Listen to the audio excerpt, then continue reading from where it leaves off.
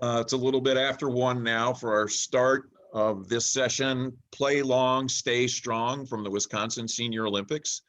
This is the first time we've done something like that, so we'd like to welcome everyone who is joining this presentation. The phrase is dealing with exercising as we age, staying in shape. We appreciate you joining us.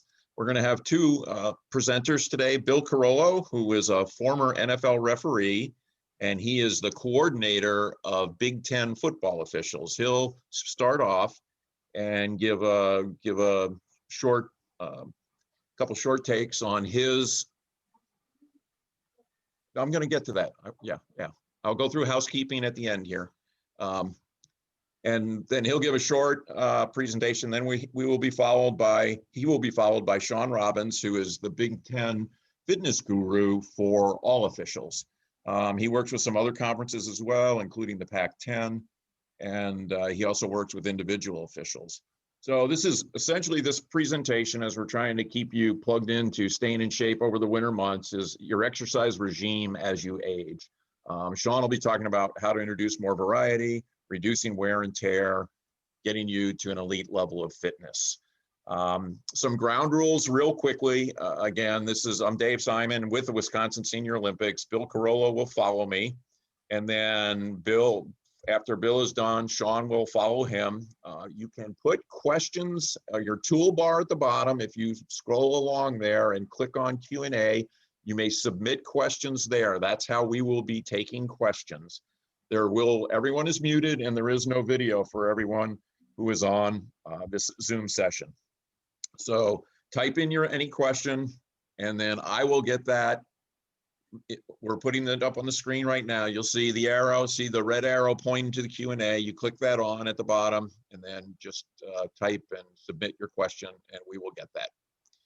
So all that being said, Bill Carollo, we'd like to have you go ahead and get started, and welcome and thanks for joining us. Yeah, thanks, Dave. Appreciate it. It's always fun to work with you and work with a real professional, you and Yvonne. Really appreciate it. I love the title here, and you kind of built us up as experts. I think you'll find that Sean is the expert, and I'm a wannabe expert in this area. Play long, stay strong, exercise as you age. I'm not really an expert at anything. People think I'm an expert at football. I'm involved in football. I know the rules, but you wonder what would an NFL referee or a referee have to do with your athletes, your elite athletes that are senior athlete level, that compete on a regular basis? Well, officials actually have to be in shape too. We run about anywhere from 6.2 miles to 7 miles a game, depending on your position, who you're covering out in the field. It's very similar to the NFL numbers, as far as we have more plays in college, but in the NFL, we run about 6.5 to 7 miles in a game. So staying in shape for us is important. If you take a look at the makeup of the men and women in the NFL, whether it's a Super Bowl or any game, the staff, they're a little over 50 years old, 52.8 years old in the NFL. And my college guys are a little bit younger. They're in the late 40s, but still you're getting up there, and you're not like you were when you were a true athlete, when you were 20 years old at your peak. So as we age, I have found, and if you stay in pretty good shape and you do a lot of things, you've got to do some additional things. And those exercises, those things that you do, and if you do it 36, 37 times in a row every day, it becomes a habit. And that's what you need to get to. You have to make it a habit of what you want to do. I'm not saying you have to do it every single day and it's a habit, like brushing your teeth. But the reality is, do it over and over and over. So it is habit. It's Monday, Wednesday, Friday. It's Tuesday, Thursday, Sunday. Whatever your habit is, try to really be consistent, because I have found that's the key to success. When I was younger, when I was playing in college, wasn't good enough to play in the NFL, I tried to keep those same habits to my workouts, because I could do it at 20, 25. But then you hit 30, 35, 40, you keep going in chunks of 5 years. I found, you know what? I don't think I should be playing basketball. My knee will go out again. Or I don't think I can play tennis because the lateral movement, I had too many surgeries, et cetera. And I'll talk a little bit about injuries to officials, which I think you can correlate and appreciate if you're still an athlete. So I'm not a true athlete like our guests are today on the call, because they really do compete. But I compete in some sports, but maybe not as rigorous as you. So am I the expert on this? That's no. That's why we have Sean going to follow up with me. But I set goals. I set goals for myself, and those goals continue to change as I get older. And your regime of working out should absolutely continue. Don't think that, oh, I want to do the same exercises I did when I was playing college football, where I was a young official. They change, and they should change. And you have to understand your body is changing. So Sean will get into the physical things you have to do, and I'll talk a little bit, or the diet you need to maintain, or the sleep you need to have, or the mental stability, and the mental illness, and the mental capacity that you want to maintain, because they all work together.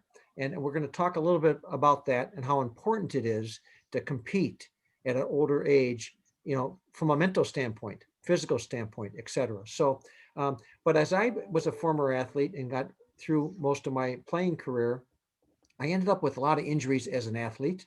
And then when I went to the refereeing, I ended up with a lot of injuries being hit in the game. So I don't have bad joints, but I had 7 leg operations, and it wasn't like I had bad knees or bad ankles. No, I got hit and they needed repair, Wow. ligaments, and an osteotomy, a half a knee replacement, then a full knee replacement. But you know what? I didn't ever let that stop me. It held me back for 6 to 9 months of rehab so I could get ready for the next season. So getting hit in a football game as a player, as a quarterback, getting hit on the field as an official and getting rolled over by some of those big old players, bad hits. But you know what? My goal was to continue to be an official. So I kept pushing through it for a number of years. And there is some after effect, there is some arthritis and so on. So no matter what type of injuries you have, it could be a hamstring from college or high school track. If you work really hard, they seem to come back a little bit. So you need to do things, Dave, that affect you and your body and what you plan on doing. And if you want to do it for a long time, you've got to have a goal. You've got to have some plans in place, and you have to be reasonable with those goals and those plans. Don't say, well, I'm going to really compete in the real Olympics. I'm going to really compete. I'm going to have a couple of years of eligibility in college. I want to go back and compete. Well, that might not, and when you're 50, that might not happen, and good for you that you have those lofty goals. But I think there are a lot of ingredients that when you get to my age, and I'm in my late 60s, and you think, oh, I can retire and I'm going to relax and do nothing. I think when you hit to that age, that senior level, I don't know how you define senior Olympics, but if it's 50, 55, whatever that number is, I've passed it. But certainly you can take a look at what you want to do and then figure out. You might not have to run a 2-minute half mile, but you could maybe run a 3-minute or a 2.5 minute or whatever, and over a 6-month period of training, work your way toward that. But sometimes you're not going to obtain all your goals, but having goals for me is really important. And then making it a habit. And as you get older, I mean, I could eat a full pizza at 3 a.m. and drink beer with my buddies and not, it won't affect me the next morning. Today, I can't do that. So diet is important. I've learned that. I could eat anything and it would never affect me. And I'm a skinny little guy, not that I was a big football player. I was 6 foot, 180 something, trying to play quarterback. Too small today, and probably too small when I did play. But I ended up with those injuries, and that's why I got into. And I'm not an expert. I'm not really a fitness guru going crazy, have to run a marathon or something like that. But I do have a regimen workout plan. And I wasn't a great swimmer. And I got into swimming a few years back. And to me, that was one of the best things I ever got, because it was cardiovascular, it was muscular, it was flexibility. Yep. My kids all swam on a high level, college and so on. And I wasn't a good swimmer, could swim, learned early, but I found that 20 minutes, 25 minutes of nonstop swimming is like an hour workout for me, for muscles and cardiovascular. So I've kind of gone to that. You think, well, look at those old people walking in the mall. Well, I said that about 20 years ago, and I'm not walking in the mall, but I'm going to Florida and I'm walking in good weather, or I'm walking, when it's snowing in Wisconsin, I'm walking down, a few blocks from my house and get a couple miles in. So walking is a good thing. And if you can do it and force yourself, it's not, some guys think they have to be macho and I really want to lift weights and do this. There are other things that can help you a lot easier than what you did 30, 40 years ago. So, I may be copying out a little bit with my walks and my swims and so on, but I don't have to lift the heaviest weights in the weight room. I'm not competing with anybody except for myself. I want to be the best that Bill Carollo can be. I'm never good. I've never been the number one person in anything I've done as an athlete, as an official, businessman, but I want to get the most out of myself. And you need a balance in doing something physical, something mental, something to calm you down in the pandemic and the crisis and don't have a job and worried about health and this. You need to do things that I never would have thought of. When I came through football, we laughed at the football players that were doing yoga. This is, 30, 40 years ago. What is that guy doing yoga? He's a big old lineman. Well, yoga's pretty good now. It stretches you. It's pretty good. So there's a lot of things out there that can be helpful that I think Sean will touch on it. But I'm really preaching to the choir. 25, 30% of seniors work out, do something religiously. Wow. 75% don't do anything, right? They retire and they go to Florida and they sit in their chair and they sit. You know what? And they pass away a lot faster than if you do something. So I'm preaching the choir because if you're on the senior, going to the senior games, senior Olympics, you're doing something. You're part of that 25, 30% that work out. All right. So preaching to the choir, but we all can do it a little bit more, a little bit better. Maybe steal an idea from Sean, what you're doing. And, most people don't think you're an athlete, you're on the field, you're running, but the men and women, next Sunday with the week from Sunday with the Super Bowl, they stay in shape year round, just like the athletes do. Yeah. They have to be at the goal line when the player crosses the goal line. They got to keep up with the players. And there's a great crew that's going to the Super Bowl, and there's a female going to the Super Bowl this year. Yeah, it's historic for a lot of reasons. And no one's going to cut you any slack if you're male, female, black, white, or whatever. You better be at the goal line. You better make the call. You better see that. Yeah, absolutely. So, but you have to be in good shape to get in the right position to do that. So I consider the third team out there athletes, although they're throwing flags and running around with striped shirts on. They are athletes, and they're an important part of the game. And we put together a physical fitness program for our independent contractors to be fit, to be in the Big Ten, to be in the NFL. And our next guest is Sean, and Sean has put together a program, a very encompassing program on what we eat and what we do and how we stretch before the game and after the game and what kind of fluids we put in our bodies and so on. So critical. And you know what, like I said, 20 years ago, I didn't have to even stretch. I could go out and play basketball and play tennis and golf or whatever, walk and carry my own club. Nothing bothered me. I didn't have to prepare for it because I had 20 years of habits, good habits that kept me in shape. But now it's a little harder. Now I actually do watch what I eat and drink and when I do it and how often do I have alcohol and this and that. And there's a lot of things that can prolong your athletic career, prolong your life. And you know what? You just feel so much better when you mentally are good, physically you're good.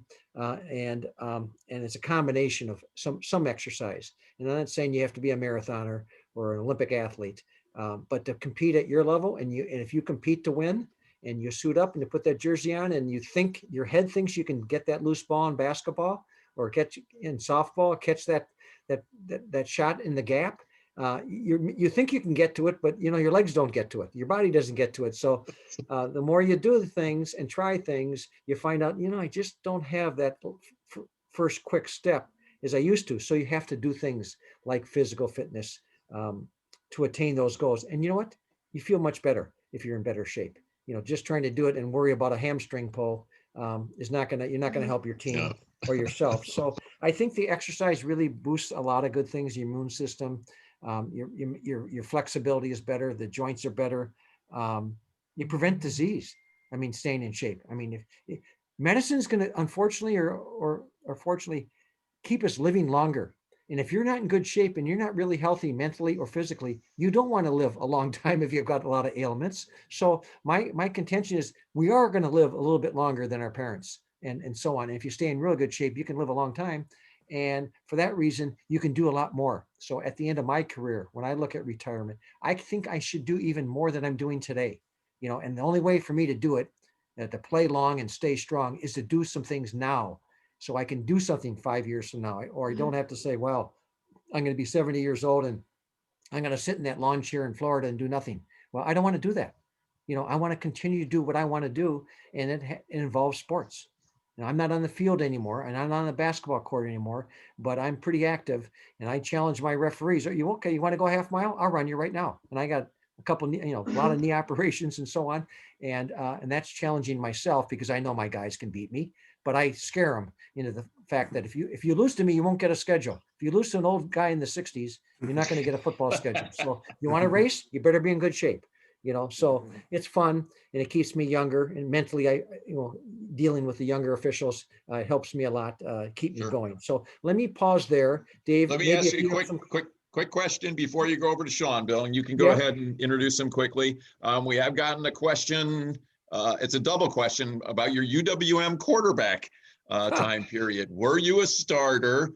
And how many wins did you have in those 4 years? Maybe someone knows this who's asking you this. Oh, yeah, that's always a leading question. I've always told my guys, never ask a question unless you have the answers. And then I'm sitting in Florida, but, I like to give my talks away from Wisconsin. Then you seem like you got a bigger presentation. No one really can check the video or check that. We used to go to those games, and we played at County Stadium, where the Brewers and the Packers played in the old days.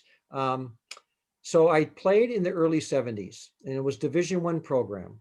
It was scholarship, and I signed up for the Air Force Academy, and I bailed out of the Air Force Academy before I even took my first practice 5 days before. And for other business reasons, the 5-year commitment, but I accepted at the last second Wisconsin-Milwaukee scholarship, played football there. It took, and because they went from FCS to Division I, you could play as a freshman. In those days, you had a freshman team if you're established program, but if you're a brand new program, freshmen could play on varsity. So we had one team. We had a JV and freshman team, but I was eligible, and it took me to the third game to start my freshman year. And we had a lot of freshmen. They were good players coming in, but we were playing against seniors, and we were playing against men, and we were 18, 19 years old trying to play. So I played at UWM 70, 71, 72, graduated in 73, or season-wise, and then 74, I graduated from college. So I did play. I started my first 3 years, but I mentioned 7 operations on my leg. Half of them came from 3 of them came from college football. At the end of every season, I had knee or ankle surgery. I had 4 surgeries there. And my senior year, I ended up coaching the quarterbacks. And then they had one that year, they had obviously another season. So I wasn't the last standing quarterback at UWM, but I did start the last, my 3 years there, and then coached my senior. Did you, how many wins? How about my first year, I would say, and I'm going to be guessing a little bit. I know for sure my rookie year, we were 1-9, and I think Wisconsin-Madison was the same. We weren't very good in football in the early 70s, and you can check me on it. I know my record was 1-9. I think Madison was 1-9 also, or 1-10. So they were at the bottom of the list. They were the Indianas or Northwesterns or whatever for years back. Sure. And then my next couple of years, we were 6-4, and we had pretty good teams. So we were trending in the right direction. And then Madison was playing poorly. We were playing just okay, and we were only getting 20-some thousand at County Stadium. And then the last year we went to Marquette Stadium, and it was a money thing. And we said, you know what, we're not big enough to have 2 Division I football teams. So Madison kept the team, obviously, and that's why Madison lost the baseball team. And they said we're only going to have 1 Division I baseball team. So that baseball Division I team always stayed. This is back in the 70s, and that always stayed in Milwaukee, and to this day, the Big Ten, and I'm part of the Big Ten, and the Big Ten is Madison is the only team that doesn't have baseball. So there's a little history to why we don't have baseball at Wisconsin, is because they forced us to close the program, but the trade-off was they could play baseball. Okay. The Division I program. And so we had a pretty good record. We were 500. We weren't great. We were Mid-American level. We played a Mid-American teams. It was an independent schedule. We weren't in a conference yet. And before we started, it was a 5-year Division I program. And after my 4 years, they shut it down. Okay. One final question and we'll get to Sean. I know John's ready here.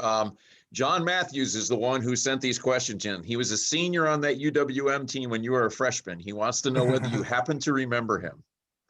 I know John Matt. I remember John because he had the same last name as Eddie Matthews, and Eddie Matthews lived down the street from me when I grew up. And you know what? The senior guys were so good to us. They, without any fanfare, they did the same workouts as we did, the same everything, facilities. The old John, remember the old Baker Field House and the dirt and the dust and working out in there during the winter for winter football and stuff. And we had some really good athletes, and we do have some get-togethers with UWM football. And I usually organize, and I didn't do it last year because of COVID, but we do have some get-togethers, and we get to the fourth base, which is a drinking hole of one of our former players that owned a restaurant in Milwaukee near County Stadium and near Miller Park. Wow. And yeah, I know it. A lot of good people were in that UWM team. And I'm proud to say that I went to school there, got a good business education, played football. You know what? Everyone knows, I don't care if it's D3 or D1, and I oversee a lot of D3 conferences and D1 conferences. If you played football, you played on, you played in the senior games, you did something, there's such a connection. You ever officiated a game, there's a commonality because we did the same stuff, the same workouts for football at UWM, the same workouts for the senior games, the same workouts for NFL, getting yelled at as an official. That common bond lasts forever, and you don't forget your fellow teammates. Cool. All right, you want to introduce Sean quickly then? Yeah, I kind of threw Sean's name out there when Dave first called. I said, I'm not the expert. I can't tell you exactly. I'm not the best model person to do exercises and follow what I do. I do what it's best for me to help me get by. But Sean, we had to hire Sean because I wasn't happy with the physical fitness of my staff when I came back from the NFL, and they needed a little more structure to it. So we went to Sean, and he was doing a lot of elite athletes, and Sean was an elite athlete himself, multiple Hall of Fames, and competed on a national basis in track and field. And a good coach. So we brought him in, and he's done a wonderful job for the last 10 years, with the Big Ten, and he's opened up a lot of doors with the NFL and so on. And he really is an expert in all sports. I mean, I brought him in for football officials and the things that we have to do for that 6.5 miles that we run. Some go forward, some go backwards, some go sideways. These are different muscles, different things that we had to figure out. How can I really embrace that a little bit better so I don't pull a hamstring or pop an Achilles or something on a quick movement on the sideline and avoid the players. So Sean put together an officiating program for us, which has been outstanding. And we've gone from X number of injuries in a game, in a season, where officials had to step out and either the alternate comes in or we go with less officials, to very minimal amount of injuries during the game. And that's been really significant for us. That's productivity for us, a great result. So there's ways to measure our physical fitness. And Sean, because they're independent contractors, I put them on tracks. They go to private meetings with them. For legal reasons, we don't have the Big Ten make them do something, and if something happens, there's liabilities. But we do expect them to be in good shape. And so Sean has put together a program. He's done it himself. He knows what you're going through, because he still competes. And now he takes that talent to several hundred, 500 officials in our Midwest, all the way to the East Coast. And, my group actually extends to about 60% of the country. We have right now 34 officials living in 34 different states. So they come from all over. So it's a pretty big program. So we do it virtually. We do it, Sean's camps will rotate around, and people, if they're in the area, they're going to go to his workout camps. So Sean, I'll throw it to you. I know I missed a lot of things, but the floor is yours. All right. Thank you. Thank you, Bill and Dave, for inviting me out to do this presentation. My presentation typically, I'm not going to be like the typical exercise, but it's going to be concepts to correlate with your training experience as seasoned athletes. Play long, play strong. How do we do this? In other words, how do we maintain our health to do the activities we love? I'm going to show you ways and show you concepts of ways to reduce a lot of wear and tear in your bodies. I'm going to give you a little perspective, something that I'll share with you. When I was in college, I was a college athlete. Track and field was my sport. My first year in college, I ended the season, I pulled my hamstring. And I wondered why I pulled my hamstring. And it was sort of frustrating because, your first year in and didn't pull a hamstring. And then the coach said, get your hamstring stronger the following season. So the next season, sophomore year, my hamstrings are strong. I do go through the season.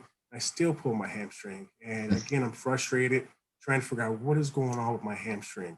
And they said, well, balance it out a little bit. You have one side stronger than the other. Okay, I'm going to my junior year. Go through probably most of the season. I'm still doing well competitive wise, except when I pulled my hamstring. And yes, I pulled my hamstring my junior year, which was again very frustrating. And coaches were trying to figure out, what's sort of going on with Sean. I mean, he's doing well, he's competing well. What's going on? Then we're going to my senior year. We had a new coach, and the new coach watched me run, and he said, "Sean, this is why you pulled your hamstring. You pulled your hamstring because you overstride." So the flaws in my body was more of my form, it was more of my running form. And from that, it changed everything in my training. From that day on, I never had a hamstring injury. I was able to compete 10 more years post-collegiately. I was able to compete in 3 Olympic trials and just be very competitive and be out of the sport. So the question is, why did I retire if everything was perfect that I did? My running form, why did I retire? I retired because of the wear and tear. The wear and tear of the body, of all the things that I've done in my body created a wear and tear. For an example, if you imagine a car with unlimited gas that's going 45 miles per hour down a road with no bumps, no turns, imagine it just going forever. A car like that, it'll probably go forever, but it'll go a long time. But in due time, the tires are going to wear, the engine is going to wear, and also the gears that force it to go that 45 miles per hour are going to wear. That's sort of the same concept of that wear and tear. All in all, how do we fix it? How do we fix the wear and tear in the body? Fix it with variety and careful training. I'm going to give you 2 concepts or two areas that we can work through this. So first is going to be this from a sports training perspective. We do sports training and fitness perspective. From the sports training perspective, if you're a softball player, you're not going to throw or pitch all year round, because what's that's going to do? You do that, it's going to throw wear and tear in your body. We got to think as seasoned athletes, our bodies aren't the same as when we were, 20s or 30s. We have to learn to put a little bit of variety, so you can't put a lot of wear and tear. If you're a swimmer, you may not want to swim every single day. You want to try to switch things up to reduce the wear and tear on that area.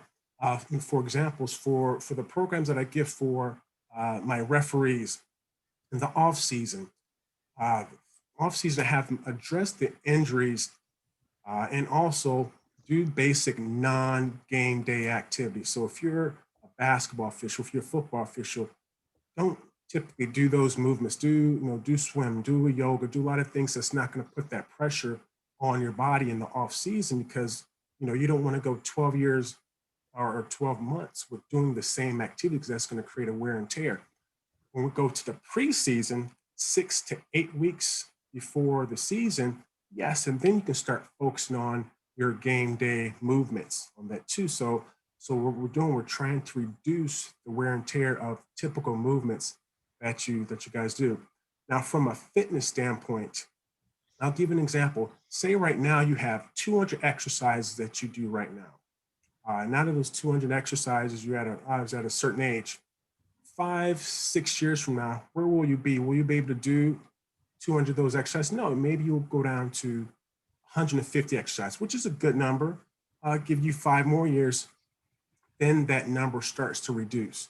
Same way when I competed, I had a big number of exercises that I did, and through time, why couldn't I do it? Because of pain. A lot of the exercise that I couldn't do.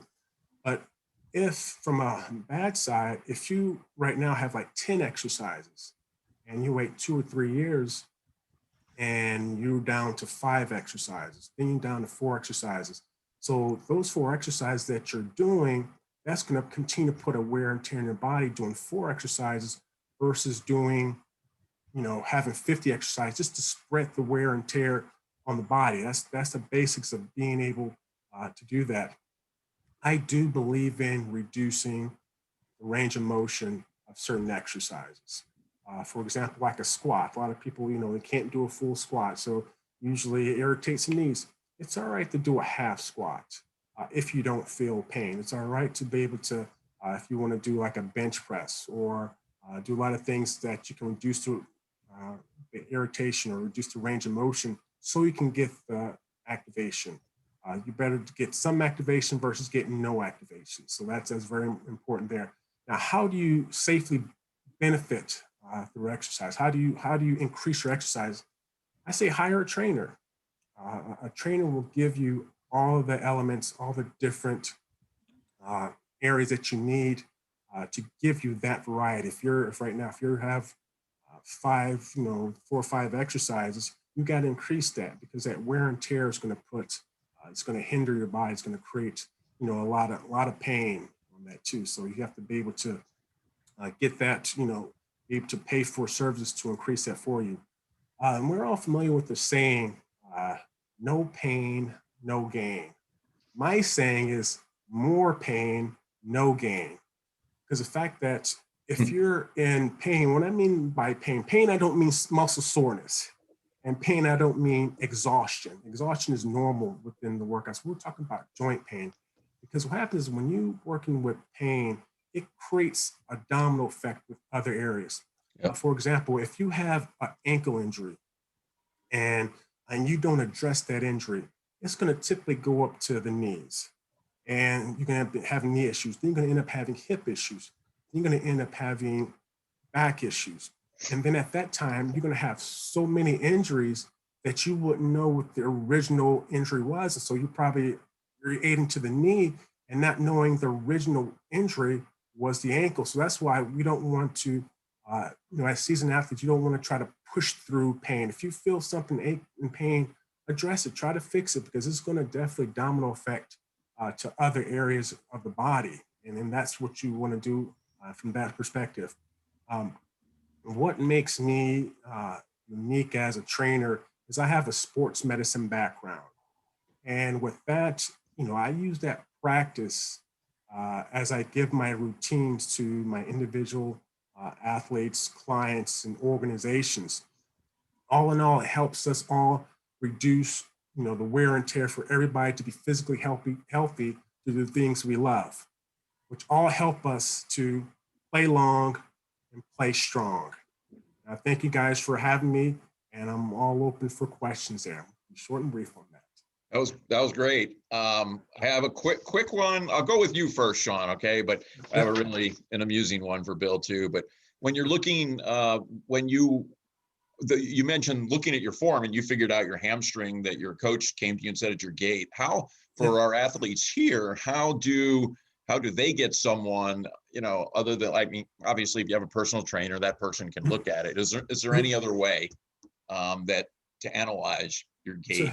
So what I've done with obviously with quarantine and everybody, I have people send video, either find a coach in the area, and usually I do a lot of video. A lot of my clients from all over, all my officials, they'll send video to me, and then I'll analyze it, and I have That's video great. to send back to them to look at the injuries from their movement standpoint. So I have a service that I do that because I think it's so important to look at your running gait and understand more about how important flexibility is and all the other general areas that you need to improve your running form.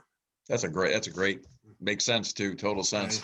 You're softball here, Bill, and they're all really softballs, but you've been asked in terms of your participation this year in the Wisconsin Senior Olympics, and what event, if you're going to join us and participate, would you participate in? If you aren't, fantasize about one. Oh boy. Well, it's not on my agenda. I competed my whole life, and I've been in pretty good shape and the same weight my whole life.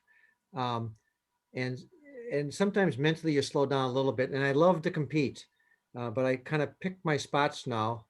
And I've found that some of the sports that I used to love, whether it was tennis or basketball, I don't do as much because it does aggravate kind of what Sean has told me. I mean, you put pressure on your knees and you've had X number of knee operations or an ankle injury or a knee replacement, et cetera. So, I would say that, I mean, I'd pick some of the softer ones like softball. I mean, I used to play a lot of baseball and grew up doing that at my age. I suppose I could probably do that. I actually end up coaching and helping Little League. I do more of that with young athletes with my grandkids and play sports. And I take my grandkids golfing and try to teach them that. But that's not the exercise that I think they're asking sport wise. Play a lot of golf. I'm really competitive in golf. Not great bogey golfer, but play a lot. And I don't like losing by a stroke. So that competition is what drives me. Even if it's $2 on the back nine, I want to win $2. But I would say that, basketball I loved. There's a lot of sports in the senior games that are good. I have a lot of good friends that play softball in the Milwaukee area and that played up into their 80s. They were the 70 plus team and 75 plus team, Sure. and some of them are ex-officials, and some may know the name Pancho Palesi and some of the others that played. Now Pancho's 98 years old, and it wasn't that long ago. When he stopped playing in the 80s, he started coaching. So he stayed with it just like I stayed with it officiating. Staying in the game isn't the important thing. But I'll take a look at it. I can't promise you because we have year-round officiating stuff, and I try to balance my time with my family, my job, and Sure. my avocations. Yeah. Sean, so in terms of this sport specific question, anything, one or two or three things for softball that you would recommend for, someone in that 50 to above age bracket? I would say in softball, you want to do some things that's going to activate the shoulder area, because shoulder is a very, very sensitive area, especially with the throwing and catching area. So a lot of rotator cuff exercises, military press, anything that's going to support the shoulder. But it all depends upon the wear and tear of the individual. I mean, if they have issues running, and obviously what's common for seasoned athletes are hip area. And in softball, with the hitting, the throwing, it's a lot of it's based on hip flexibility, hip strength. And again, it could be like a domino effect type thing. So it's maybe something that people have done that have been ignored that will force people to work. But all in all, specific exercise, I'll say hips and then like shoulder area there Sure. too, because those are sensitive areas of the body in that particular sport.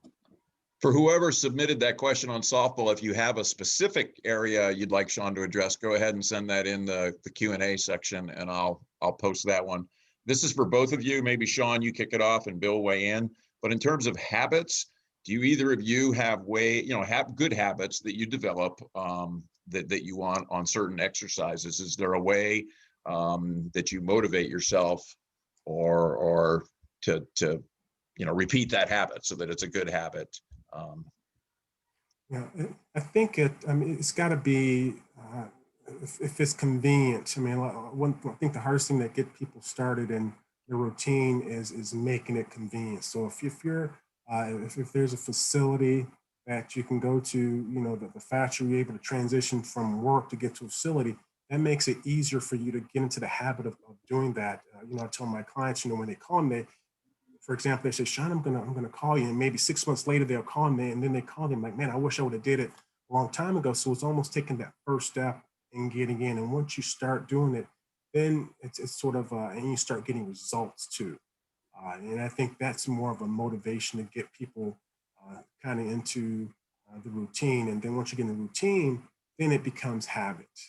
Then you sort of keep going. But for me personally, I competed for a long time, and I still do a lot of exercises I did when I competed. I just don't jump in a long jump pit anymore. I obviously want to do that, but it's just keeping those habits going. Okay, Bill? Yeah, well, I mentioned the habits and like how do you create a habit and doing it over and over again and to make it become a habit. What whether it's, let's say, golf. I mean, if I'm playing with a few younger guys, I'm thinking they're 10 years younger, but I should hit as far as them. And now they're hitting 10 yards past me. Yeah. So then the habit I said, okay, for golf, and Sean has helped me. Okay, what muscles is it? Should I start lifting weights? No, it's my legs muscles. It's leverage off the ground. So I didn't know that as a natural athlete. I just went out and played. I didn't study it. Then I realized, okay, if I have good habits, if I go to the gym and do some light weights for my legs, helps my legs from surgeries, but it helps my golf game. It helps my core. And the core is a big part of golf. And you may not consider golf a major sport for senior Olympics, but it is, for me, it is. And it's competing. When I can't hit as far as guys my age or someone that's 10 years older than me and he's hitting further, there's a reason. Better technique, better exercise, etc. So I really kind of zone in on get real specific. I don't try to boil like I used to play lots of sports. Now it's minimal sports, but you have to have good habits. If you want to get better and set some goals, whether it's a time, if you're running, or if it's a score in golf on the same court, if you can measure yourself, you're going to get better. And that's the same as we talk to our officials about it, measuring yourself to get better. That's good. I like that. This is a little off topic, but just your 2 cents, both of you again. Any tips on how we can recruit more people to get them out? Any ways that you can think of that we can kind of message the whole Olympic, senior Olympic, to increase participation? Well, it's let me throw out one idea. I mean, because of COVID and the pandemic, and you were locked up, a little bit, and now it's. Last year, we're at this time, we weren't quite sure, but we figured, by September, this will be gone. 6 months, we'll figure this out. Well, now we do have some good solutions. We did figure some things out. We do have a vaccine, but you know what? It might take another 6 months to get the vaccines out. So we're kind of in the same predicament as 2020, in my opinion. So I think getting out, I think advertising the Olympic Games, Senior Games, Senior Olympics, this is a good way to eliminate stress and anxiety, to get out there to do some exercises, and you're in the open space and you can do some things. I go to the gym at a certain time because I want less people, because it's an indoor gym. We don't have, even I'm in Florida, but right now, but I know the spots now that there might be at the most 2 people when I go in, and I do that. But getting outside to play golf, getting outside to play softball, in the sports that you guys participate in, that should be. Here's the reason why you should get involved with Senior Olympics. Because you can be outside, it's safe, and you're going to get the same stuff done as far as physical fitness, mental fitness, etc. And you're going to live longer and you're going to play longer. Okay, Sean, anything to add? Yeah, I mean, it's funny. Just getting information out. It's funny. I was telling a couple my clients a couple of days ago that I was doing a presentation for, the Wisconsin Senior Olympics, and they're like, "I want to participate too." And they're joking, but they're almost serious in a way. And I think it's probably because the information is probably not out there. I know obviously we got to look at the Ohio Association of people participating, but I think there are a lot more people that want to do it. But I think it's just getting the word out and just telling people about it, because my people were excited. I mean, I train all of them, no matter how old they are. I train them all as athletes, and it sort of excites them because it gets them moving and gets them sort of in that competitive spirit. That will, help them to work out and train as well. Sure. We'll certainly send them our way, if they're in Wisconsin, even if they're not, because Illinois people, Minnesota people, Iowa people, Michigan, Indiana, we get a lot from the perimeter states who come up here and compete too. So it's a good venue. Yeah, they were definitely looking. I was working. They were on their phone. Okay, where are they at this year? I want to train. with you, Sean, and get the. So I think there's plenty of people out there. But I think it just got to get, and obviously with COVID and everything. I mean, that's where. But if it's outside, that helps too. Sure. That was, we still had a good turnout last year. This goes back to you, Bill. So someone would like to know, and I guess because you're the old codger here, it's just like, what is yours? And we don't need 20 things, but are there some specific things that you work at for yourself personally to stay in shape, to do the things you want to do? Maybe a quick rundown on your week or several specific exercises. Well, I mean, I've slowed down. I used to run a lot, and I used to run for a couple months before the football season started. I don't run every day on concrete, down Lake Drive in Milwaukee, where I live. And so I don't do that as much. I've trended to swimming. I've trended to walking. I've looked at some apps like Calm to kind of relax me because I started my Zoom calls this morning at 7 a.m. And it'll go into the evening today. And that's a typical day right now. So you get stressed out. We're human. We get tired. So I'd like to try to pick the same time to go work out every morning. I mentioned because there's nobody there. So I can get through all my machines and I can wipe them down and move to the next one. And I can get in out of there in 30 minutes, Yeah. real easy. And if it just waits. So I'm real specific on what I'm trying to work on. And I tried, like I say, I'm big on habits and trying to develop the same pattern. And Sean made a good point. Make it really easy. We built a new building in the Big Ten office, and I pushed them really hard, and we got it. We have our own gym in the building, which is terrific. It's got a Peloton, it's got weights, and this is an office building in Chicago where my office is now. We're closed, and I haven't been there a little bit. But if it's really convenient, you're going to work out more. Yeah. So. And if you join a group and you get a trainer like a Sean and you have 4 or 5 people and you're going Tuesdays and Thursdays, there's peer pressure that you didn't show up That's again. true. So that helps too. Definitely. Because if you rely on yourself, Yep. it's a lot easier to say, you know what, this is really important. I got to do the Zoom call. I said, well, it's not that important. You just got to schedule around it, Yeah. So Yeah. I just think having really good habits on that, but if it's mild, I don't go work out more than an hour, and I'd rather play a sport Yep. than train for it. Yep. And I'm a good 45-minute person.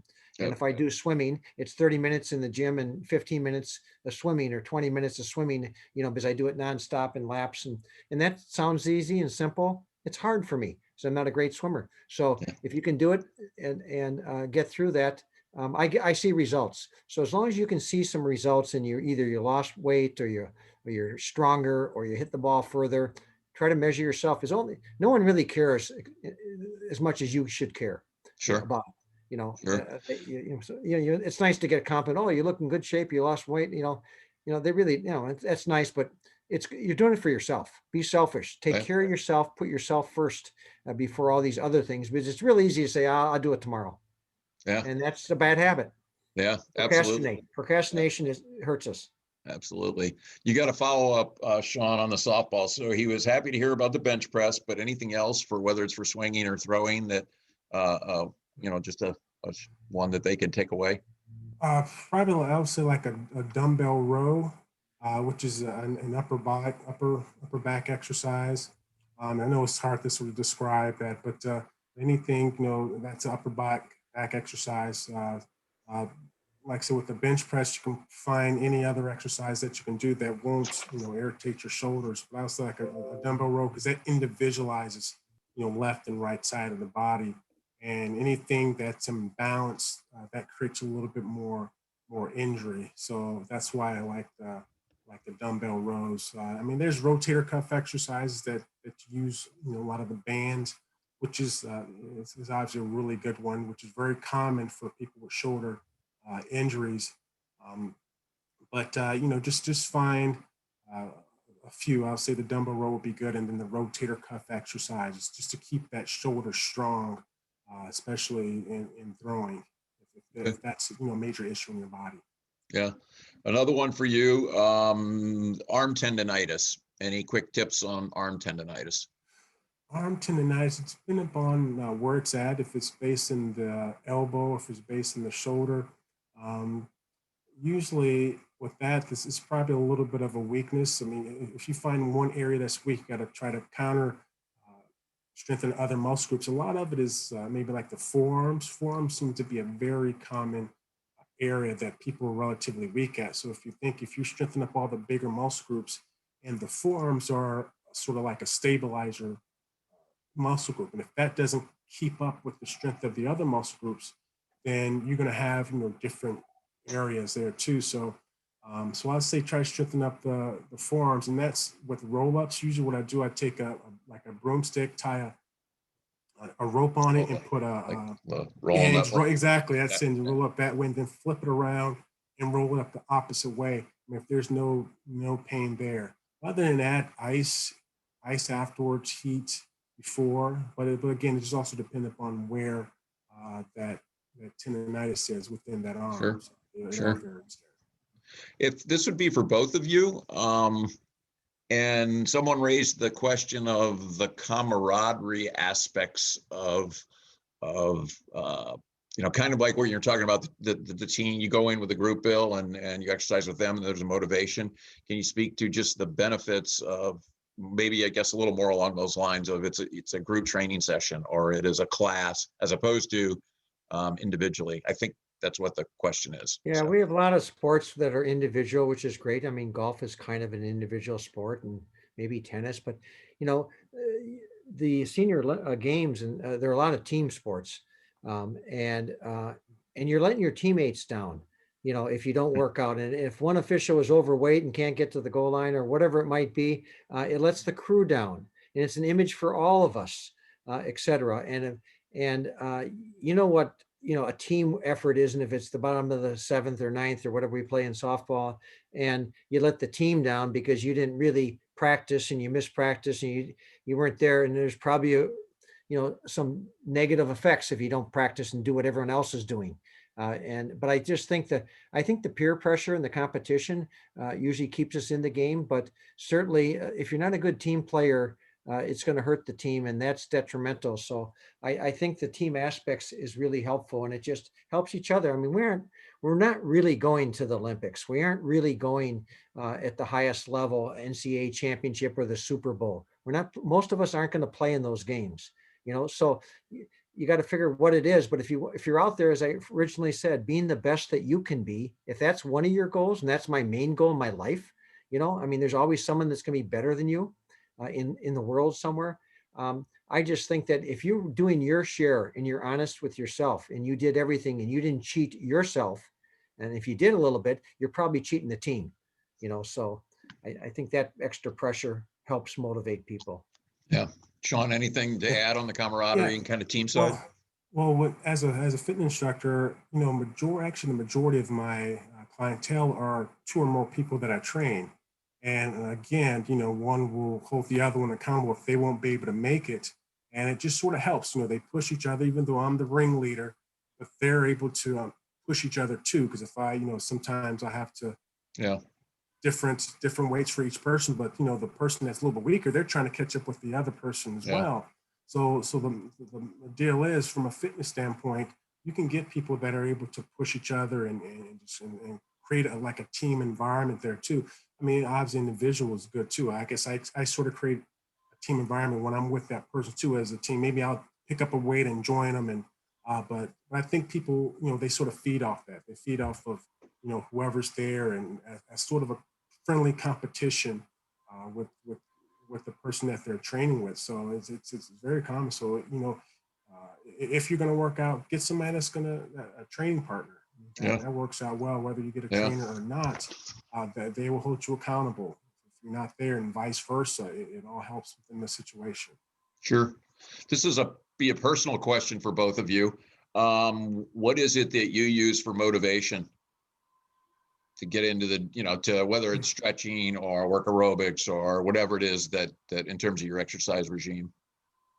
I tell you, so one thing that sort of motivates me is, sometimes when I get up in the morning, first thing, sometimes it comes to my head, okay, I'm going to take a little rest day. I'm going to just rest. I'm not going to do anything.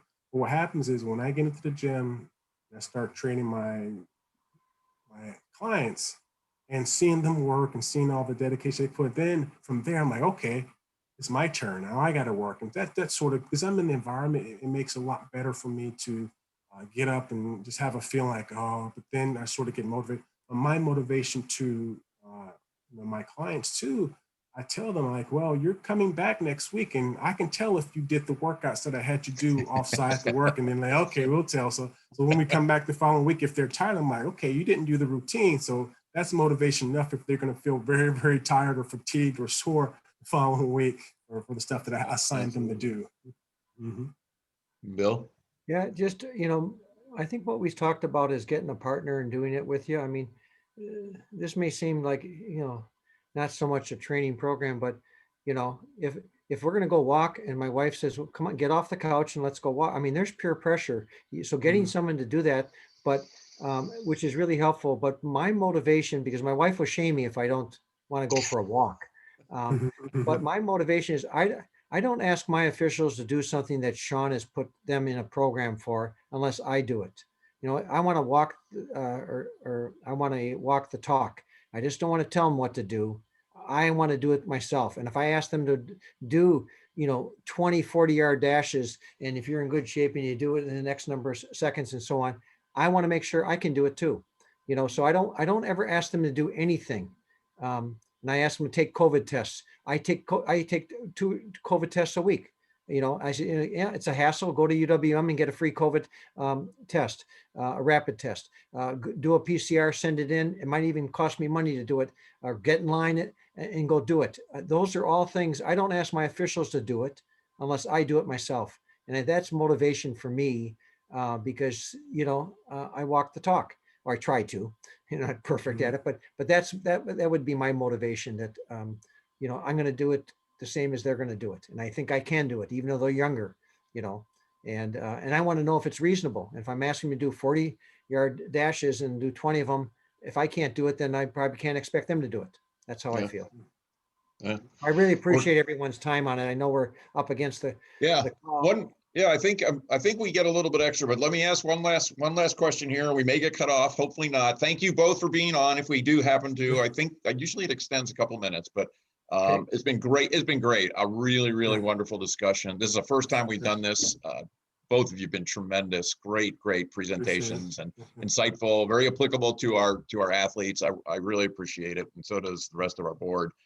This last one is injuries. You both kind of touched a little bit on injuries. How do you two personally wrap your arms around that when you have something like that to help yourself push through it? Yeah, usually with injuries, you have to be able to push through, and this is when variety comes in. If you don't have, say if you sprain your ankle, you got to understand you have other joints in your body that you can work without irritating that ankle. And so this is again when variety comes, because I think people get depending on what they're doing. I'll say this as an example. I work one of my contracts. I'm at a tennis club, and so there's some people that just play tennis. What happens is when they hurt their ankle, they don't play tennis anymore. They'll sit until their ankle's fine. They don't know the variety of. They don't know that they can go up to the actual fitness center and maybe do some upper body, some lower body. I mean, you have over 400 muscle groups in your body that you can work under injury. So it's all about just knowledge base. I mean, when you get hurt, you got to find motivation. You got to realize there's other parts of my body that I can still work while working through this injury. And a lot of people don't know that. That's why it's so common for people to fall off the ledge when they get hurt, because they don't understand that there's other areas, there's other exercises, other variety of movements that you can do that will not irritate the injured area. So it's just variety, all about variety. Good. Yeah. Bill, any quick tip from you? No, I like what Sean said there. Knowing there are other things. If you have a small setback, and you could have like a knee replacement is a bigger setback versus a turned ankle or a muscle pull. But I think if you understand and you become more knowledgeable about other things. So if you're a runner, you can't do it. If you do something else and you work on some other muscles, those muscles will help you also stay in shape. And I think most of the time we focus on the injured area. You can do some other things. Okay, the leg will rest, or you walk versus you run, and you do your upper body or do something else, do a swim or a bicycle. We didn't talk about that. There are things that are non-impact that can help you, and you're not going to get that far behind in your training exercises. So I just think if you really want to do it, that's motivation enough. If you want to be back on the team by August to play softball and the senior games are coming, you got to have a plan for the next 6 months. How do I get ready? Even though I just had surgery or I have a problem, you need to do that. And it's kind of fun to try other sports to see how good you are. You did it when you were a kid. Now let's see if you can do it now. And maybe it's another Olympic sport that you want to try, senior sport that you want to get involved in. Yeah, I think that could be a motivation. A lot of people getting into the senior Olympics, it's this love you had maybe 50 years ago. And it's like, wow, maybe I can still do this. Yeah, So, you see this, the elite athletes and they're a runner and they get injured and before they know it, they're in a bicycle race in France or something. I mean, and they're an elite Yeah. athlete there. Sure. So elite athletes can go, and I'm saying elite at our level, at senior games, you can go from sport to sport if you really want to. You know, you'll Yeah. be surprised. And most people don't know how good you are in other things unless you actually try it. Great. That's a great closing. So why don't we end on that wonderful piece of advice, Bill? Again, this was great. I really enjoyed it. There were some excellent questions. We had great audience participation. We had some really good questions and good follow-ups, and your expertise is going to help people here and just frame their workouts and help them, stay healthy and doing the things we all want to do as we move down this path of life. So Well, good luck to all the athletes that are on with us. And if we can help you, feel free and you can share our emails and Sean and I'll be happy to respond. sure. Yep. And they can reach out to us and I can get them to you. We do have golf too, Bill, just so you know. Okay, great. Okay. Thanks again. Thanks, All right. guys. Good Yep. luck. Take care. Yeah, thank you very much.